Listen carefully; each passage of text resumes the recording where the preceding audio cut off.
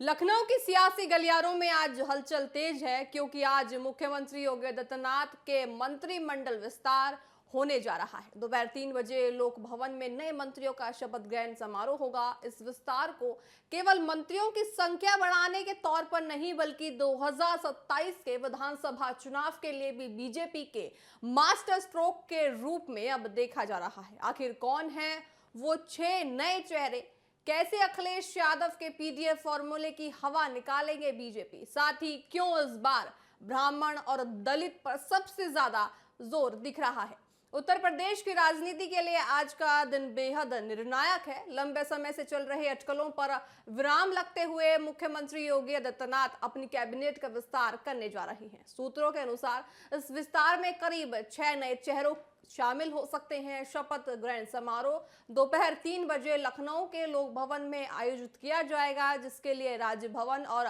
लोक भवन में तैयारियां पूरी हो चुकी हैं।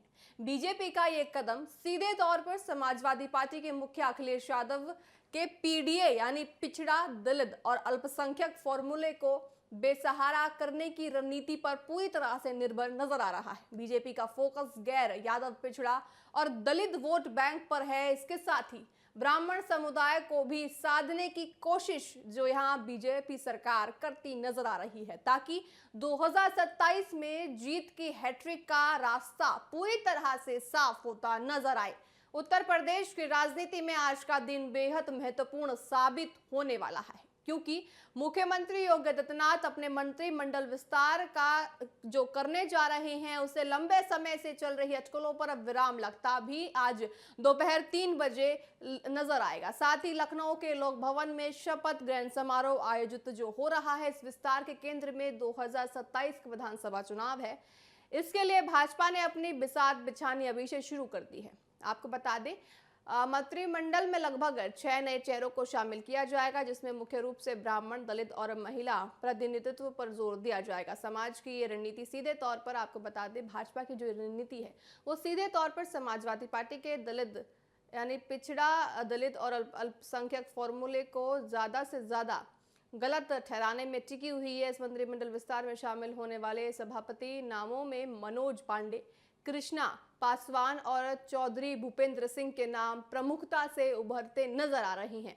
विशेष रूप से मनोज पांडे, जो समाजवादी पार्टी छोड़कर भाजपा के करीब आए हैं, उन्हें शामिल कर पार्टी, आप बता दें कि वो पार्टी के साथ आगे खड़ा करती बीजेपी सरकार नजर आ रही है। साथ ही कृष्णा पासवान के जरिए महिला और दलित समीकरण को साधने की कोशिश भी यहाँ पे योगी सरकार करती नजर आ रही है। पार्टी नेतृत्व का मानना है कि चुनाव से पहले सामाजिक संतुलन बनाना अनिवार्य है, इसलिए नए चेहरों की जगह अब के साथ साथ कई मौजूदा मंत्रियों के विभागों के भी बड़े फेरबदल होते नजर आ रही हैं। इस पुनर्गठन का मुख्य उद्देश्य सरकार की कार्यशैली को आर्थिक, प्रभावी और साथ ही साथ जवाबदेह बनाना है, ताकि विकास की योजनाओं को जमीनी स्तर पर तेजी से पहुंचाया जा सके। भाजपा की इस पूरी काव्यात का मूल मंत्र विकास और हिंदुत्व के साथ साथ मजबूत जातिगत समीकरण है। पार्टी केवल सरकार का चेहरा ही नहीं बदल रही, बल्कि आने वाले समय में बोर्ड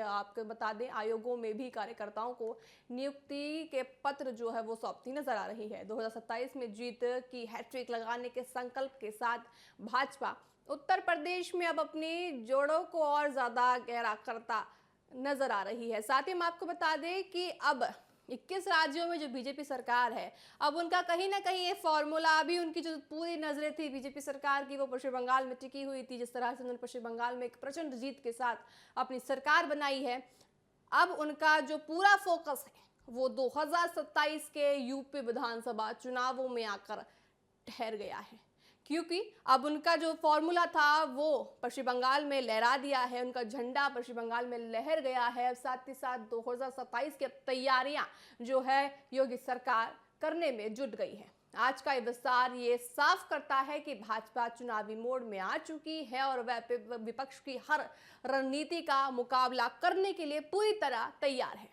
लखनऊ में होने वाला ये शपथ ग्रहण समारोह न केवल नए मंत्रियों का राज अभिषेक होगा, बल्कि यहाँ यूपी की भावी राजनीति की दिशा और दशा भी तय करता नजर आएगा। अब ये देखने वाली बात होगी कि इस जो मंत्रिमंडल विस्तार है उसमें आगे क्या क्या चेहरे जो है सामने आते हैं, क्योंकि अभी देखिए 3 ही चेहरों का जो नाम है वो पूर्ण रूप से सामने आया है। 6 जो मंत्री हैं उनकी शपथ की बातें कही जा रही हैं। अब देखने वाली बात होगी, आज 3 बजे पूरी तरह से साफ हो जाएगा कि इस मंत्रिमंडल विस्तार में और कौन कौन नए चेहरे आते हैं।